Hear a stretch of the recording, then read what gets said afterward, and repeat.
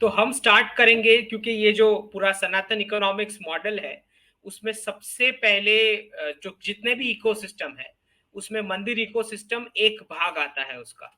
तो सबसे पहले मंदिर ecosystem is a hub of wealth management, जैसे एंशियंट इंडिया फंक्शन करता था, जहाँ पे द मोनार्क और the state and the communities would voluntarily submit a good portion of their riches to the operations of the mandir ecosystem as a devotion towards the भगवान जिनका प्राण प्रतिष्ठा वहां पे होता है।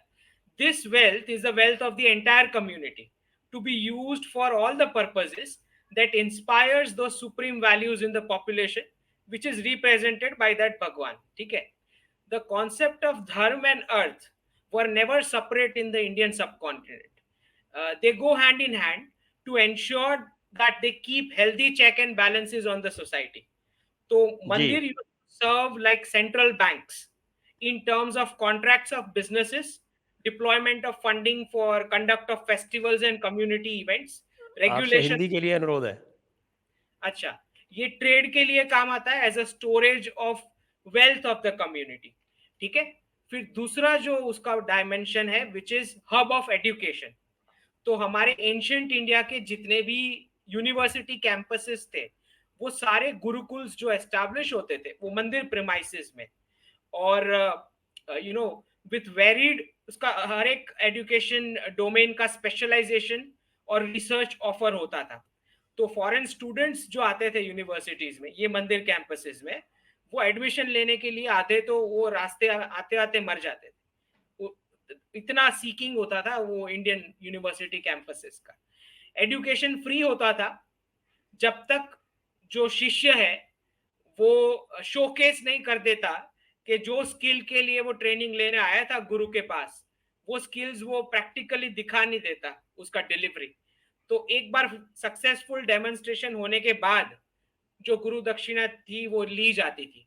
ये तो हो गया एजुकेशन वाला, जहाँ पे जो फंड होता है एजुकेशन का वो पूरा मंदिर कॉर्पस में इकट्ठा होता था, और वो भगवान के नाम पे इसलिए होता था, बेनिफिट कभी भी किसी इंसान के नाम पे कलेक्ट नहीं होता था। इससे क्या होता है कि स्टूडेंट्स का जो बिहेवियर है वो कभी भी कमर्शियल कस्टमर की तरह गुरु के साथ नहीं होता था, और सारे के सारे डिसिप्लिन लाइफ में रहते थे जब जब वो शिक्षा चलती थी। तो स्टूडेंट्स जो एडमिट होते थे वो सारे, चाहे वो गरीब परिवार से है या अमीर परिवार से, हर एक को इक्वल ट्रीटमेंट। किंग का सन है तो उसको भी इक्वल ट्रीटमेंट, ट्रेडर का सन है तो भी इक्वल ट्रीटमेंट। और गुरु माँ का एक कॉन्सेप्ट था जो सारे डिसाइपल्स को नर्चर करते थे लाइक मदर फिगर।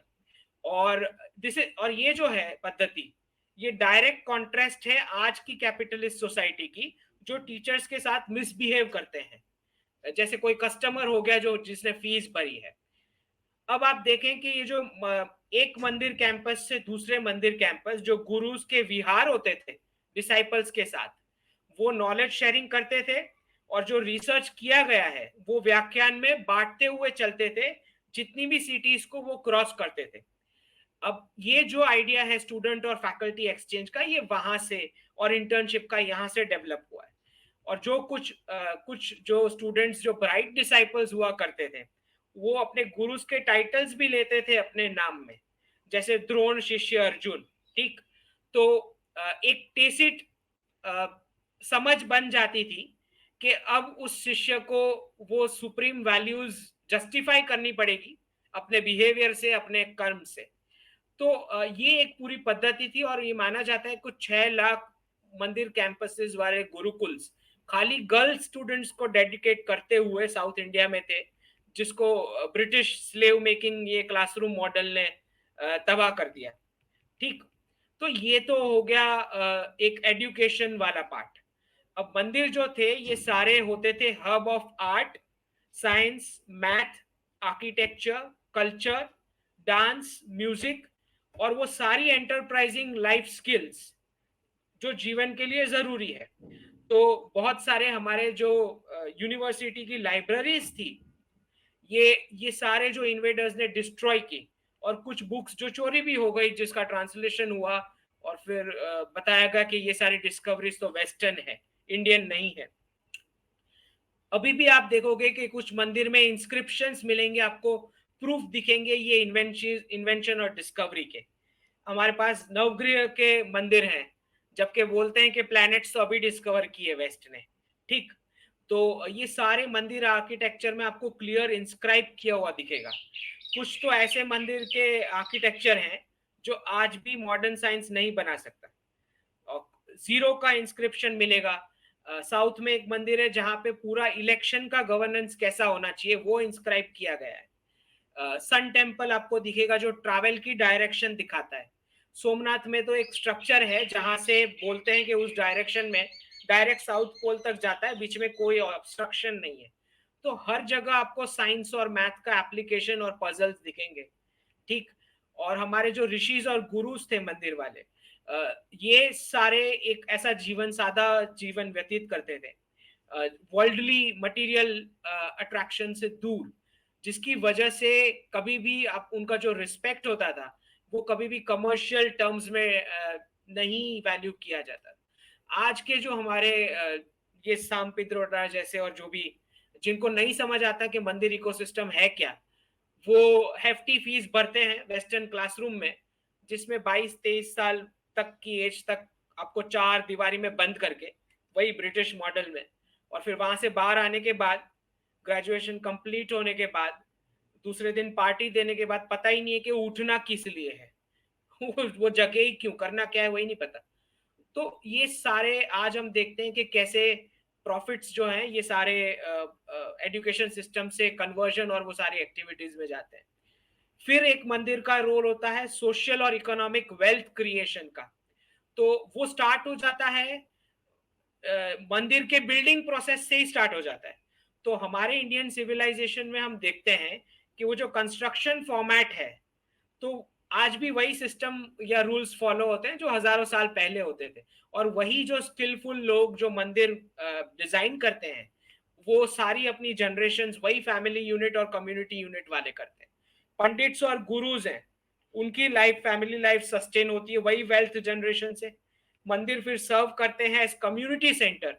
तो एड हो गया, गवर्नेंस प्रोग्राम्स हो गए, मल्टीपल पर्पसेस तो एंशियंट इंडिया में थे, जैसे लैंड रिक्लेमेशन हो गया, डिजास्टर रिलीफ हो गया, फार्मिंग हो गया, बैंकिंग हो गया, इरिगेशन प्लानिंग हो गया, रेफ्यूज के लिए, गौशाला के स्थापन के लिए, सोशल और इकोनॉमिक कैपिटल इस तरह से जनरेट होता था। और ये सारे इंस्टीट्यूशंस जो आज हमको एक एक अलग अलग लगते हैं, वो एक सारे मंदिर कैंपसेस के अराउंड पूरा डेवलप होता था, जिसकी वजह से वो लाइफ साइकिल वाले जो विजडम है अपना सनातन का, कि हम नहीं बिलीव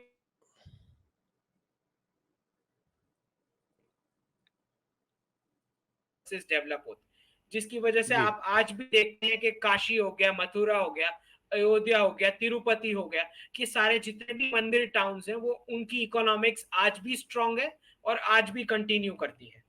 ठीक, फिर अगर गौशाला, खाली अगर आप गौशाला देखेंगे तो उसका तो पूरा एक साइकिल है इकोनॉमी जनरेशन का, मासेस के लिए।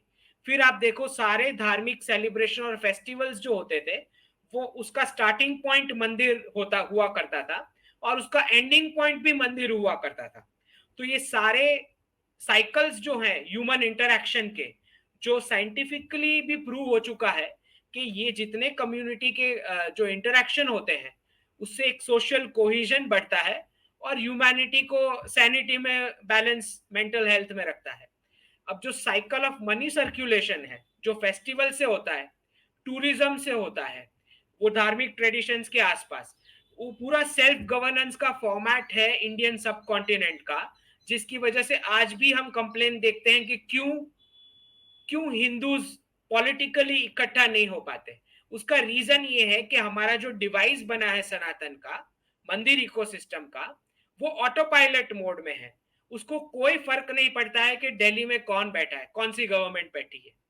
और इस ऑटो पायलट मोड की वजह से हिंदूज ने कभी आ, वो बेनिफिट पाने की कोशिश नहीं करी वोट बैंक बना के या मॉब बना के।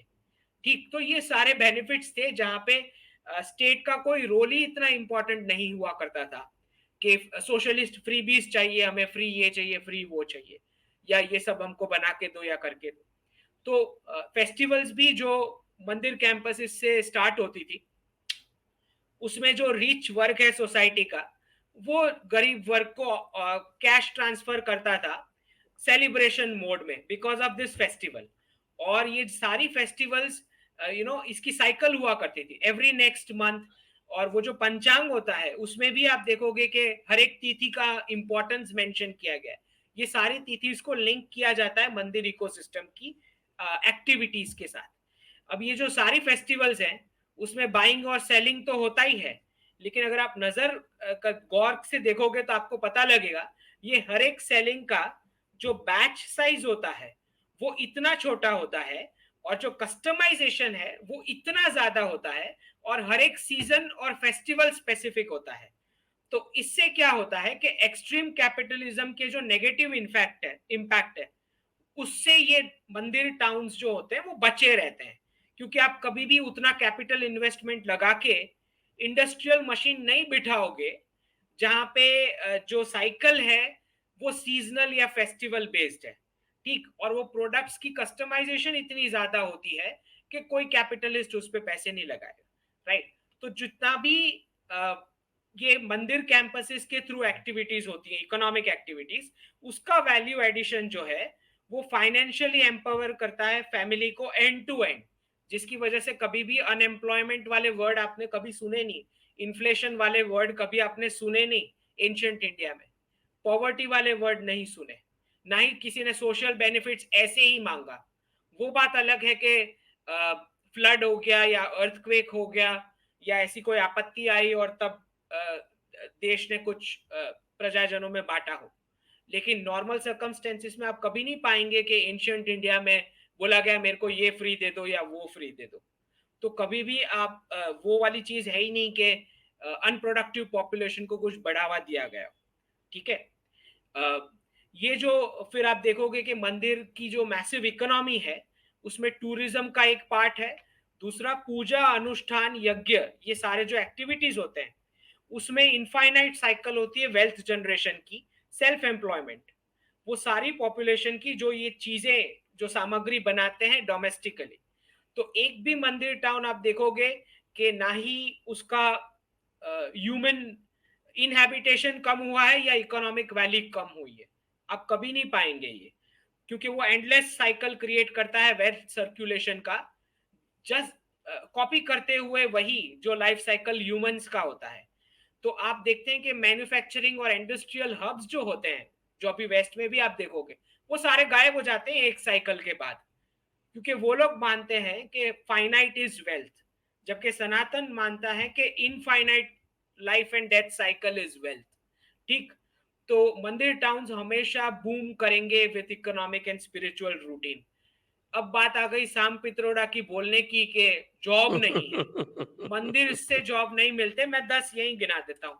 आर्किटेक्ट, स्कल्प्टर्स, पंडिट्स, वो जो डिजाइन कंस्ट्रक्शन और मेंटेनेंस में लगता है, डेली रूटीन आप देख ले, वर्क, कुक्स हो गए जो प्रसाद बनाएंगे, फ्लोरिस्ट हो गए flowers, drummers, musicians, instrument makers, painters, poets, drama actors, dancers, bhajan singers, jewellers जो कपड़े बनाते हैं, tailors, door keepers, gardeners, scholars, cleaners, writers, dharamshala, public town hall वाला यूजेज, जो मठ बनता है उसका lodging maintenance, endowment fund managers, educators, researchers, reciters, pilgrim यात्रा जो फैसिलिटेट करते हैं वो टूरिज्म वाले।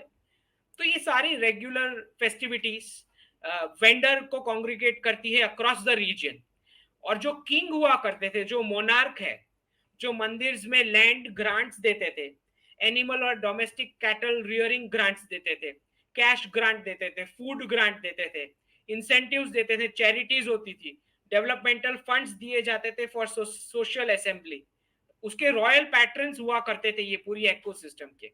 और जो किंग या मोनार्क या रॉयल फैमिली का जो कोरोनेशन होता था, उसका विक्ट्री हुआ, कोई एक नया एक्सपेडिशन हुआ, या घर में कोई रॉयल बर्थ हुआ है ओकेशन, या सक्सेशन हुआ है क्राउन प्रिंस और फिर नेक्स्ट किंग का, जो मैरिज सेरेमनीज है, ये सारे में मंदिर इकोसिस्टम का पूरा प्रोसेस और साइकिल लगता था इकोनॉमिक्स का, जो अब नहीं देखने को मिलता। तो ये जो मंदिर जो है वो एंश्योर ये भी करता है कि हर एक इंसान जो है वो कोई भूखा पेट ना सोए, तो प्रसाद मिलता है आपको, लेकिन कभी कोई रेडी फ्री भी नहीं मिलेगा। अच्छा, गरीब है अमीर है कोई भी बंदा है, उसको नीचे बैठ के प्रसाद ग्रहण करना है। ना ही आप अ, अपने आप को एंटाइटल महसूस करोगे कि नहीं नहीं ये तो मेरा हक है। ना ही आप ये करोगे कि चलो कोई मुझ पर कृपा कर रहा है कोई इंसान। ठीक। तो प्रसाद का जो कॉन्सेप्ट है वो भी इसी पे है कि आपको सोशल बेनिफिट्स की कोई जरूरत नहीं है। एक ह्यूमन बॉडी को खाली पेट नहीं सोना है और उसको फिजिकली एम्पावर करना है कि वो वर्क कर पाए। ठीक। तो वो पूरा कवर हो जाता है वहां पे, फूड सिक्योरिटी जो अलग से अब गवर्नमेंट को करना पड़ता है। तो बेसिकली ये जो है और फिर जो एजुकेशन का मैंने समझाया कि ज्ञान वाणी और जो व्याख्यान होता था आचार्य और गुरुज का, तो ये पूरा एक मंदिर इकोसिस्टम है जो धीरे धीरे डिग्रेड हो चुका। और हमारे सिविलाइजेशन का आप डिस्ट्रक्शन का जो पूरा चार्ट है, इसको आप मैप कर सकते हो कि कैसे मंदिर कैंपसेस में एजुकेशन इंस्टीट्यूट ना होते हुए अब एजुकेशन इंस्टीट्यूट में एक छोटा सा डेमो मंदिर हुआ करता है। राइट। और अब तो बातें चल रही है ऑनलाइन दर्शन की। तो क्योंकि इन अवेयरनेस ही नहीं है संजय जी लोगों को कि ये कितना इंपॉर्टेंट है ये मंदिर कैंपस। तो जितने भी हमारे सोशलिस्ट फ्रीबीज वाले जो लोग हैं, केजरीवाल है, अभी कर्नाटक में कांग्रेस ने भी फ्रीबीज सब डिक्लेयर करी है। तो ये बहुत ही डी जनरेशन हो रहा है सोसाइटी का। आपको पब्लिक को अनप्रोडक्टिव बनाने के लिए आप इंसेंटिव दे रहे हो। तो जहाँ पे आप एक ऐसी सिस्टम थी जहाँ पे सोसाइटी को आप हार्श टैक्सेशन से पनिश भी नहीं करते थे और फ्रीबीज भी स्पॉन्सर नहीं करते थे, क्योंकि उसका बर्डन जो है वो भगवान के थ्रू प्रसाद के फॉर्म में सोसाइटी को जाता था। भगवान के थ्रू एजुकेशन होता था, तो कोई एंटाइटलमेंट या कंज्यूमर वाली बिहेवियर या फ्रीबीज तो मेरा हक ही है ये सब नहीं कर पाता था। तो भगवान का जो रोल है, जो मंदिर में जो जिनकी प्राण प्रतिष्ठा होती है, ये इसका इम्पोर्टेंस है।